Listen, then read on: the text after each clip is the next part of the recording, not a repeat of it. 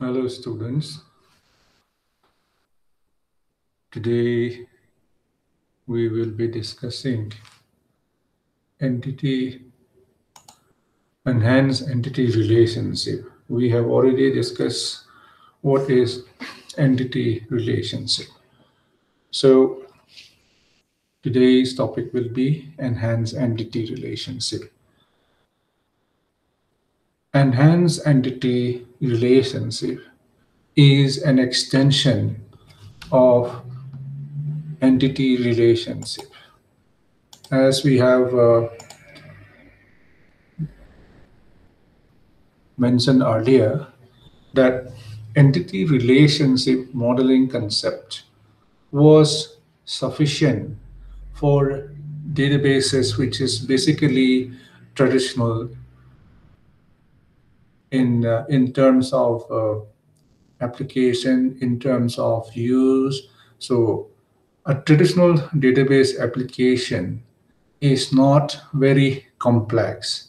So for that purpose, entity relationship modeling is enough to understand or to conceptually model the database system. However, this traditional database system has evolved into a more complex applications in various database requirements. For example, database for computer-aided design, computer-aided manufacturing. These are the some of the. This is one area where the traditional database is not enough. It cannot be used to store all the data which is required for such type of application. And then we also have database for telecommunication, which is much more complex when it comes to when, in comparison to the traditional database system. Therefore, this also requires a much more complex database system. Similarly, we have in today's world, we have databases for images, graphics, and multimedia. Similarly, we also have a database for data mining, data warehousing, GIS. All of these things require a much more complex and a much more sophisticated database system, which a traditional database system could not handle. Similarly, we also have the World Wide Web, where a lot of indexing, such as search engine and all, are doing database. I mean, are using database to index the World Wide Web. So these are the areas in which we require something which is more than the traditional database system. So as we said, entity relationship model or the concept was enough to accommodate the traditional database system. However, because of all these requirements of database system, I mean, becoming more complex, requiring more sophisticated database structures. So entity relationship has been enhanced to accommodate all of this requirement, and therefore it is called, I mean, it is extended and called enhanced entity relationship. So in enhanced entity relationship or EER concepts, we have some important concepts like subclass, superclass, specialization, generalization, inheritance of attributes and relationships. These are some of the things that is part of the entity relationship concept, which we intend to address in today's class. So, moving ahead, uh, the first concept is about subclass and superclass. What is this all about, subclass and superclass?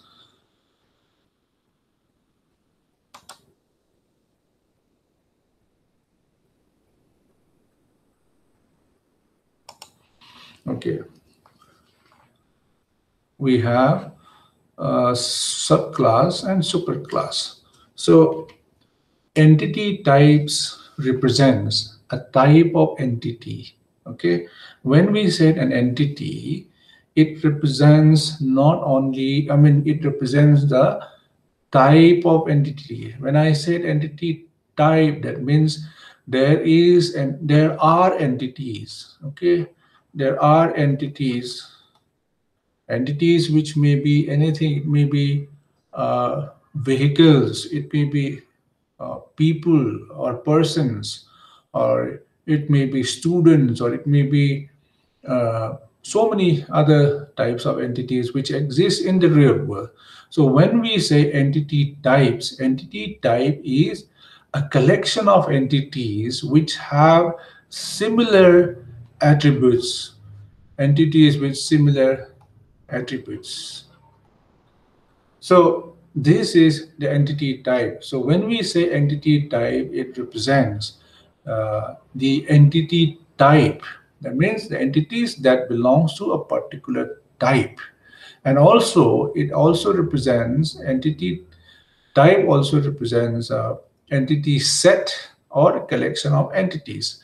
Because when we say entity, when we mention the entity type, we are also referring to uh, a set of entities.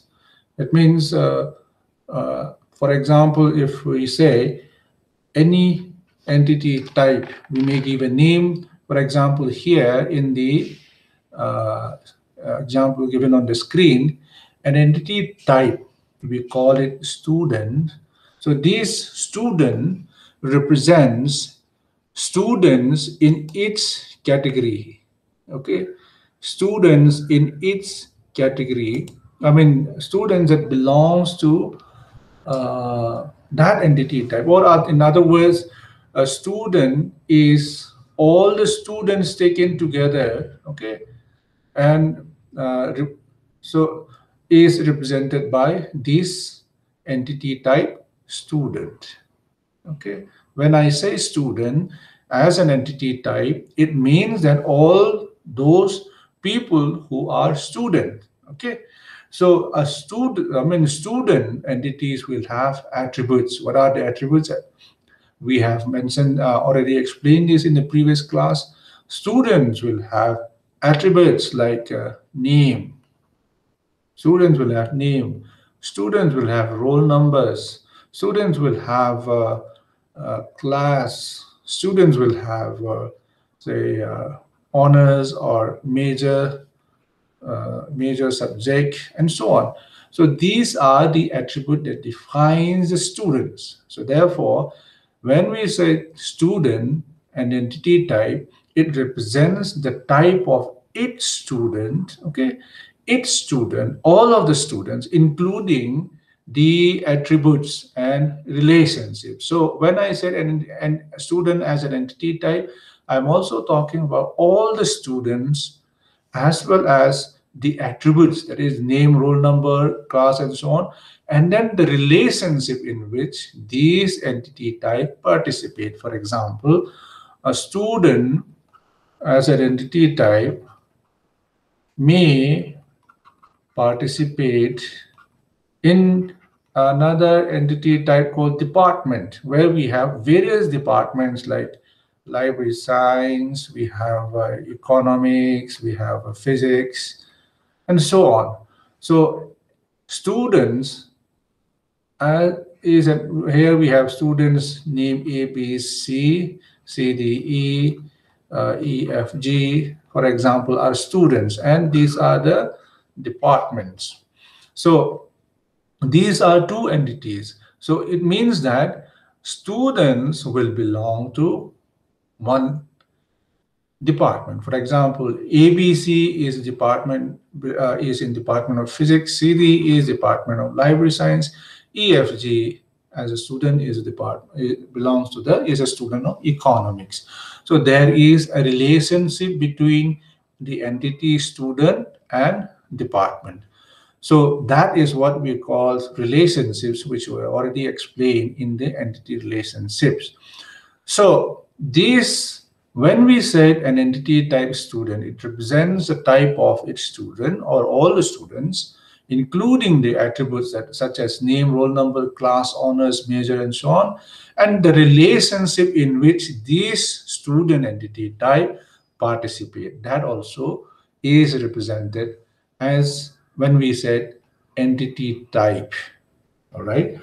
Now, as I've given here, a student entity type may be further grouped into their major subjects. For example, in a college where there is major subjects, we may divide, we may further group these students. We have n number of students. So those n number of students may be further classified or grouped into students who offer history, students of geography, students of economics, students of education, etc.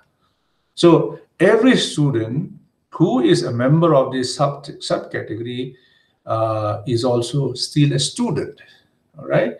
So they are still a student by becoming a student of history, a student of geography, economics. These may be their major subjects, but they have not stopped. They have not been removed or being stopped from being part of the entity type called student. They are still students. But these subgrouping on the basis of the major subjects, okay, the major subject they took up, this subgrouping is called subclass. Okay, in this case, we are talking about history, geography, economics, education, etc. are the subclass of the student entity type. Okay, so then the entity type student is called the superclass of this subclass, like history, geography, economics, education, etc. So this is what superclass subclass is about. Okay, the necessity comes when there are furthermore subgroupings in an entity type. As I've said, an entity type is a collection of entities. Okay, so those collection of entities may require further subgrouping. So that further subgrouping is called subclass. And then once we do a subclass or we divide them into a subclass, then the entity type from which we derive the subclass becomes the superclass. So in our case, subclasses are history, geography, economics, education. Then superclass is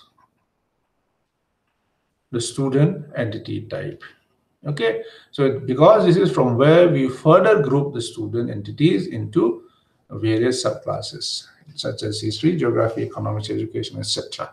So this is what superclass, subclass concept which is introduced in enhanced entity relationship, which is a major change or major addition in entity relationship model, database model. So the relationship between this, between a superclass and any of its subclasses, because a superclass is expected to have multiple subclasses. So the relationship is called superclass subclass or class subclass relationship. So in order to shorten it, we simply call it class subclass relationship in most cases. So here's another example. A student named Harry belongs to the subclass history, and he is still the same Harry who is part of the student entity type. Harry is a student who happens to belong to the subgroup or subclass history, and is in our case is the major subject is who offer history. All those students who offer history majors, we subgroup them into a subclass called history. But Harry still belongs to the student entity type. So Harry is placed in the subclass history because his honor subject is in the college is history. Simply because of that, Harry cannot be a part of a subclass. Okay, he's subclass history without being a part of the superclass student. Okay, for example, it simply reflects the real world that Harry cannot be a student who offers or who have history major without being a student first. Harry has to enroll as a student, then only Harry can become uh, a student whose major subject is history. Okay, so in other words, one cannot become an entity in a subclass cannot be a part of that subclass unless it is a part of the superclass. Only by being a part of the superclass, then the entity can become a, uh, a part of the subclass. So this is one simple constraint which is there in the superclass subclass relationship.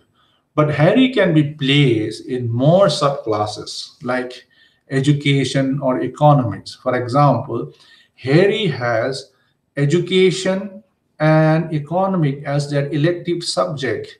So therefore, in the subclass, in the department of education and economics, okay, Harry can still be part of those subclasses or those departments. So that means that uh, an entity can be a part of more than subclasses. All right. An entity cannot be a part of any subclass without being a part of the superclass, but an entity can be a part of more than one subclasses. That's what the point we try to make it here. Then coming to the type inheritance, this is one very important concept which is introduced as part of the enhanced entity relationship. So the type of entity is defined by the attribute and the relationship type in which it performs. So this is what we said, that an entity type is defined by the attributes and the relationship types in which it participates. So we come to know that entity type, or I mean, we describe entity type by the attributes. Okay, like in terms of in case of students, we have various attributes like name, roll number, etc., and the relationship in which it participates. So an entity in the subclass represents the same real-world entity from the superclass. Okay, so if an entity, okay, an entity type has so many, I mean, attributes. Okay, then an entity in the subclass represent the same world entity from the subclasses. For example, this one entity is here. When it participates in the subclasses, it is still, as we have said in the beginning, it is still part of the superclass. So an entity in the subclass should have the same value for its attribute as a member of the superclass. So by becoming a part of an entity, part of a subclass, the entity still has the same attributes and relationship as it has by being a part of the superclass. So an entity in the subclass inherits, in other words, all the attributes, okay, of the entity as a member of the superclass. We give an example of a student in the previous slide. Student is an entity type having name, roll number, etc. So this is the attributes. And we also said it participates in a relationship called department with another entity department. So ABC is one entity. So ABC as part of this student entity type still has the attribute name, roll number, and the relationship in which it performs. For example, Harry is a name, roll number is, for example, who has a roll number, who is part of a department. So by becoming a part of a subclass like history, geography, and all, they still possess the value, the attributes, and they still participate in the relationship where the superclass participates. So that is why we said even if we define a subclass, the subclass will inherit the attributes and relationship of the superclass. So an entity in a subclass also inherits all the relationship in the superclass participant. So an entity in a subclass may have its own additional attribute. Besides the attribute it has as part of the superclass, it may also have additional attributes. Uh, that is uh, what we had mentioned here. Okay. So what is important here is that an entity in the subclass represents, okay, subclass represents the same real world entity from the superclass. As you've given example, Harry is a student who happens to be part of the subclass called history. By being part of that subclass history, Harry is still Harry, who is a student in the superclass. So an entity in the subclass also have the same value. I mean, Harry still has all the attribute that is associated with the student entity. Even though Harry has become part of a subclass, it still has all that because it represents the same real world. It is the same person. Okay. Similarly, it inherits all the relationship in which the superclass participate. But what is additional is that the subclass may have its own attributes. So that is what inheritance is about in the entity relationship. Now, coming to specialization and generalization, this is a process of defining a set of subclass of an entity type. This entity type is called, okay, uh, superclass of the specialization. Okay, so the process of defining subclasses of entity type is called specialization. Yeah, specialization. Now, this entity type is called a superclass of the specialization. Now, the set of subclass that forms uh, a specialized defined on the basis of some distinguishing characteristic. How do we define specialization on the basis of some distinguishing characteristic? For example, in the set subclasses here, we have secretary, technician, engineer, and so on. So we have this is a specialization of the superclass employee. In this example, we have employees. Employee is an entity type which has attributes like name, social security number, date of birth, address, and so on. Okay. So then out of these employees, some employees are secretaries, some employees are technician, some employees are engineer. On the basis of this distinctive characteristic, we do specialization. Okay, that is, we form a subclass of this entity type called employee. Now that we may have several specialization of the same entity type based on different distinguishing characteristics.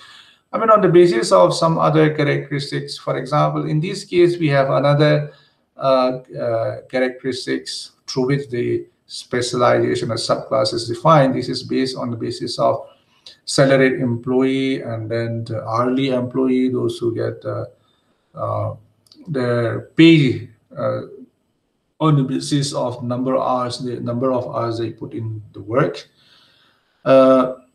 So this specialization distinguishes among employees based on the method of pay, how they are being paid. That is one way of specialization. So this, when we do this specialization on the basis of some distinguishing characteristic, we end up having subclasses of the superclasses. Now, this figure also shows how we represent a specialization using diagrams, using enhanced entity relationship diagrams. So the subclasses that define specialization are attached by lines to a circle, this circle, okay, by lines to a circle, which is connected to the superclass, okay, this line to the superclass. Now, you will see that there are some differences here. In some cases, we have single line, here we have double line. We'll come to that later on. Then the subset symbol on each line connecting a subclass to the circle indicates the direction in which the uh, direction of the superclass subclass relationship. These symbols, okay, these symbols represent, here also represents the direction in which the class subclass took place. That means in this case, that secretary, technician, engineers are the subclasses of the entity type employee, because these subsets are pointing towards the specialization. Now, attributes that apply only to entities of particular subclasses, for example, like typing speed here. Typing speed, uh, typing speed for secretary is a special attribute which is applicable only to the subclass secretary. Typing speed, and then technician, this another, here we have another attribute which is only applicable to the specialization technician. Similarly, in engineering type, it is applicable to engineer subclasses. Why this is happening? Because but a secretary is not an engineer. So therefore, this entity, I mean, this attribute engineering type is not applicable. Similarly, a secretary is not a technician. Therefore, technician grade attribute, this attribute called technician grade is not applicable to the secretary. Similarly, typing speed, since technicians and engineers are not expected to do typing, therefore this typing speed is not applicable to them. So because of this distinction, they have their own special attributes in the subclasses. Specific attributes, or this is called, these attributes are called specific or local attributes. Okay, so of the subclass. Similarly, a subclass can participate in a specific relationship as well, such as the hourly employee here participate in a specialized or specific relationship called belongs to a trade union, because this hourly employee may have been employed through a trade union, or in our cases in India, the outsource agencies are much more applicable than the trade unions. So maybe from an outsource agency, hourly employees are being taken. Therefore, this hourly employee, there is a local or specific relationship with the outsource agency who supply this hourly employee to the particular employers that we are representing here. Now, we will explain the symbol D here in the circle, and later on. So this figure, yeah, this is another figure which shows an entity instances that belongs to subclasses of secretary, engineer, technician, specialization. Again, if you note, you can notice that an entity that belongs to a subclass represents the same real world entity as entity that is connected to the superclass. See, we have, this is employee 1. E1 is an employee 1. E1 is a secretary. Okay. E1 is a secretary, and that means E1 employee, this is the entity type, okay, or the superclass of this subclass. We are simply putting in another in the simplest word that we are simply trying to see out of these employee, how many of them are secretaries, how many of them are engineers, how many of them are technicians. We are simply subgrouping in that in that manner. So we call that process of subgrouping specialization. But the problem is that when you design a database system, sometimes while creating uh, subclasses, people end up creating different types of, I mean, the same person like E1, employee one, is uh, created as, I mean, we could end up as making as employee one here, but a different person, different kind of person. So that kind of problem is there. That is why this kind of subgrouping is taken utmost care. So I mean, given utmost care and attention. So employee, entity type employee, here we have employee one, who is a secretary, employee two is an engineer, employee three is a technician. Okay. So these employee, E1, E4, E5, they are all employees of this entity type employee. Their subclasses simply secretary, engineer, and technician. So this is how the real world, I mean, it is the same real world, even though they become a part of the relationship. I mean, part of a subclass, they are still the same real world entities of the entity type to which they belong. So it also somewhat resembles this relationship, employee, secretary, employee, engineer, employee, technician relationship, somewhat resembles one-is-to-one relationship. There are two more reasons for including subclass, class-subclass relationship and specialization in the model.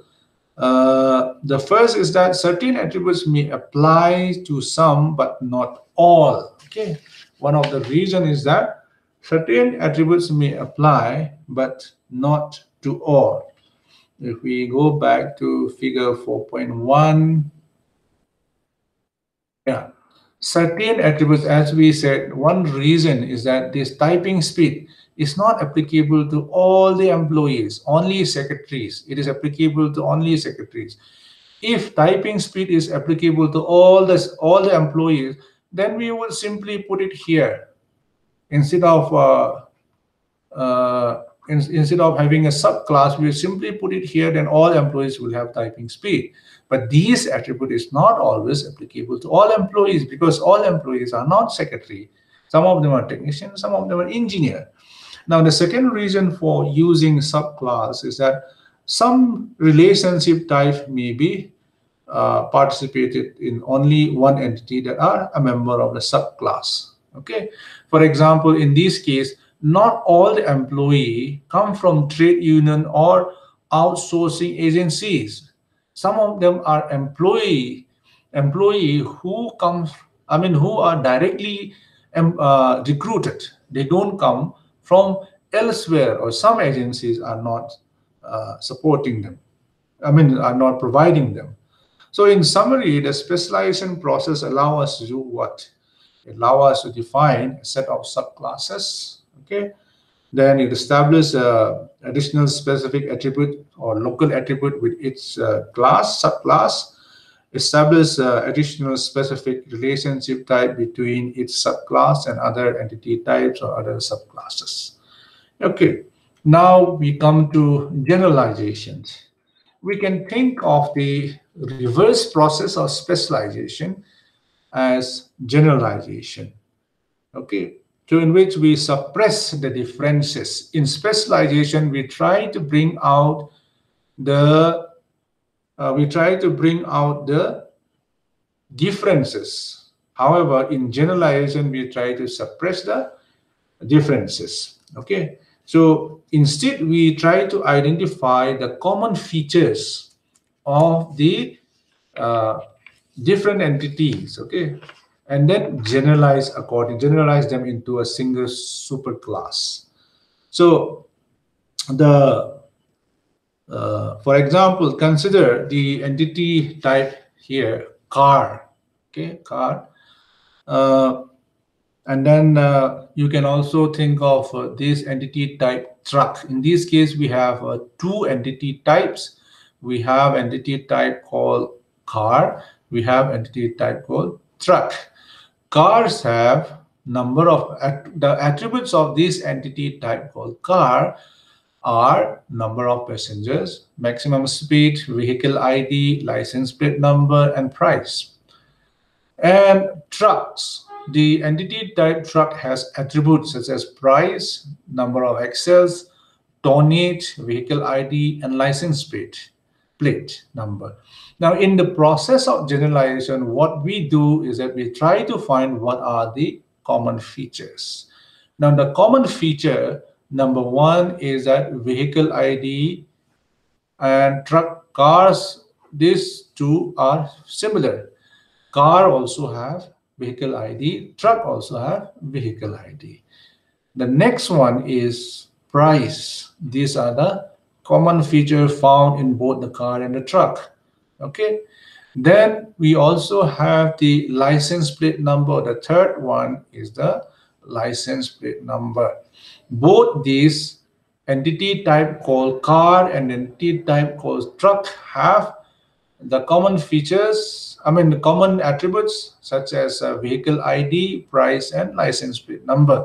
These are the common uh, attributes which is shared by these two different entity types. Then we name it, we create a superclass or we create a generalized superclass and call it vehicle, because the term vehicle can mean both car and truck. And then we construct the attribute of this entity type. Now we create a new entity type or a generalized entity type or superclass. Okay, this is a generalized superclass, and then we name it vehicle.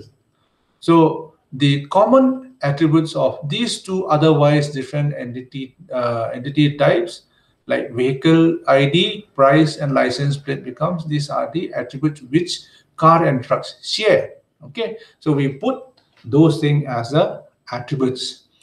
Then what are those things which are not the same?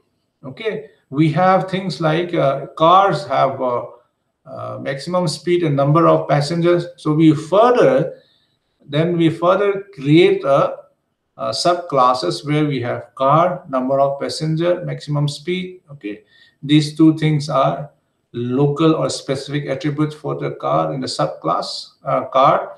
Then trucks have number of axles and tonnage. So this becomes a local attribute. This is how the generalization takes place. So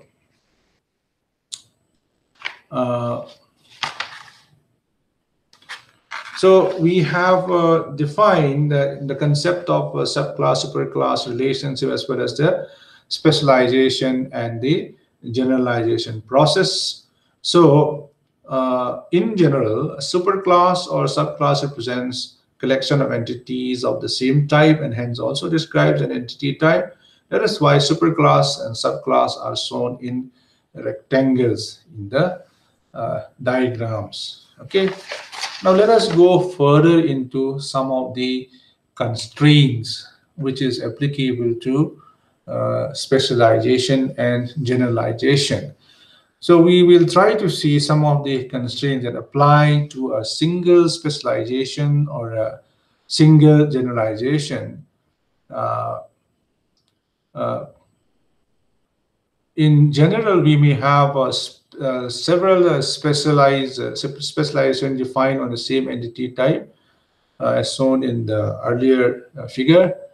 In some specialization, we can determine exactly the entities that will become a member of the subclass by placing a condition. Okay, a member of the subclass. How an entity will become a member of the subclass by placing a value. Okay, value in some of the attributes. For example, employee is an entity type, and then in order to define which employees will become which subclasses, we can define that by placing a value in the a value of the attribute. For example, this employee is an entity type. It has name, social security number, date of birth, address, and job type. Out of this, in job type, the value of the job type, for example, this is, let me put it this way in a tabular form. We have employee who have name, social security number. In our case, it would be Aadhaar number, birth date, address, and job type. All right, if we put in this tabular form, then it will come something like this. Name of the person, let us say, is ABC. Social security number is something, something. We'll just put one fictitious number. Date of birth also something. Address is something. Job is, for example, secretary. And then CDE. Then is a job type is technician. Then engineer. EFG, okay, is an engineer. Now, what we mean to say is that we can decide, or the subclass can be decided on the basis of the value of a particular attribute. In this case, this attribute called job type, we can decide what is the value that is being that is in this attribute. So for the entity ABC or the employee ABC, the job type is secretary. So this will keep this employee in the job type secretary. Similarly, CDE is an employee whose job type is technician, that will automatically put into the technician subclass. Similarly, EFG is an employee whose job type is engineers. Similarly, it will put, this will qualify EFG entity to be in the engineering subclass. So we'll have n number of employee. So accordingly, on the basis of the value of this attribute called job type, they will automatically fit into secretary, technician, engineer, and so on, as whatever the subclasses we have specified. So this is how the job type has been defined in this diagram. Therefore, the defining phase or attribute, okay, job type or a condition is being placed here. So those who are, the condition is here, this is the defining attribute has being put it here because this is on the basis of the job type. This classification took place, and the value secretary, technician, and engineer are being kept here. This is how the notation took place on when we have the specialization or subclasses on the basis of some attribute values. So we can also have, if all subclasses in a specialization have the same condition, membership condition, and the same attributes of the superclass, the specialization itself is called a attribute defined specialization. Okay, this is what we call it, attribute defined specialization. Now, when we do not have a condition for determining membership, sometimes it's not possible to define to which subclasses the the entities will fall. Then we don't, we don't have a value just like this, like the attribute value cannot define. We cannot define on the basis of attribute value. Then we will have not attribute, attribute defined specialization, but we will have user defined specialization. In this case, this is attribute, the specialization is attribute defined specialization. But when the attributes are not sufficient, are not enough, or we don't have the value, for specialization, then we simply call it user-defined specialization.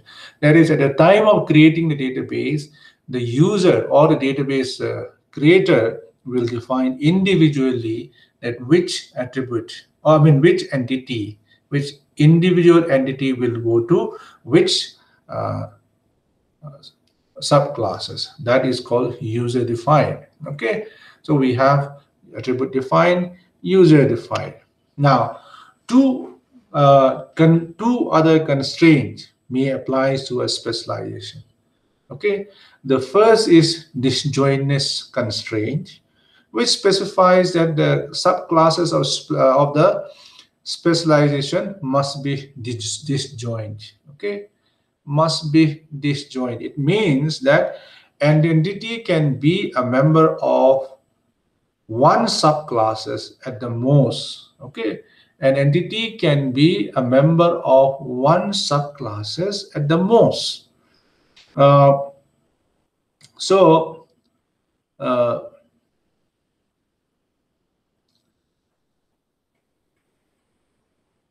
one subclass or one specialization. Now, a specialization may be a specialization that is attribute defined implies the disjointness constraint if the attribute used to define the membership. Now, in this figure, we can see that where D in the circle stands for disjoint, this one, and the circle represents disjoint. We also use this D notation to specify the constraint that user-defined subclasses of specialization must be disjoint. Okay. Now, if a subclass are not constrained to be disjoint, their sets of entities may overlap. In this case, this will become O. Okay. So, as illustrated here, if this overlap and then the entity may be a member of more than one subclasses. Overlapping means in this case, disjoint means an entity can be only a member of one of these subclasses. That is, an employee can be either a secretary, a technician, or an engineer. But given the another example here in this case, an entity, for example, yeah, still here also we are still this is attribute defined specialization or subclasses. This is user defined subclasses, but we still use disjoint value because in both cases an entity can only be one of these subclasses. Entity cannot be both an hourly employee and a salaried employee.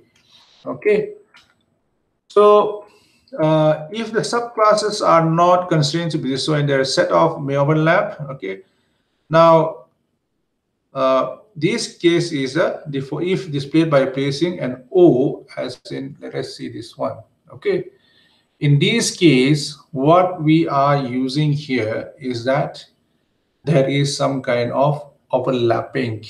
Okay, so we have a part as an entity type part, a manufactured part, purchase part as a specialization. Okay, so there is overlap. It can be both manufactured part. Okay, and manufactured part can also be purchase part, right? I think that is what it means by that. Anyway, we'll discuss about this in detail in the later classes. The second constraint on specialization is called the completeness constraint, which may be total or partial. So a partial total specialization constraint specifies that every entity in the superclass must be a member of some subclasses in the specialization. For example, if an employee must be either an hourly employee or salaried employee, then the specialization hourly employee and hourly employee and salaried employee, as we have seen here in this figure, is a total specialization. Okay, total specialization of employee.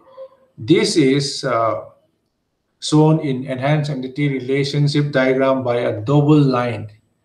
Okay, this one is shown with a double line. This is a double line, right?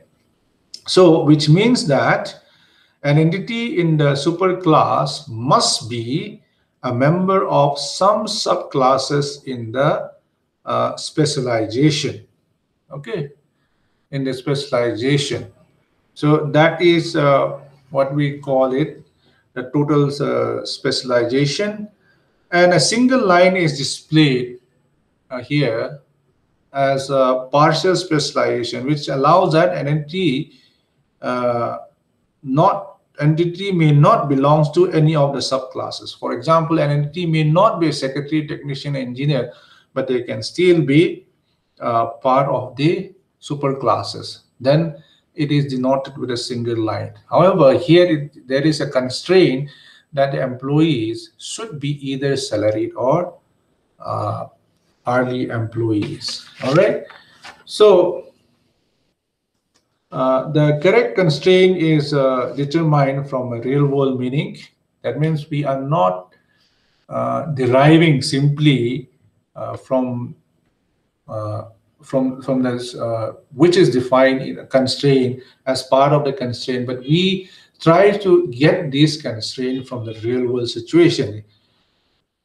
However, a superclass that has identified through the generalization process, usually, as we said, is a total, because the superclass is derived from the subclasses. Okay, usually when we have this kind of where is that? Yes, this kind of relationship or subclass, class subclass relationship, it will be a total participation, because vehicle, the superclass vehicle, this one, the superclass vehicle has been derived from the subclass car and truck, as we have done it here in this exercise. Okay, so that is why it will be a total participation, cannot be partial participation, because these generalization or superclass has been derived from the subclass cars and truck.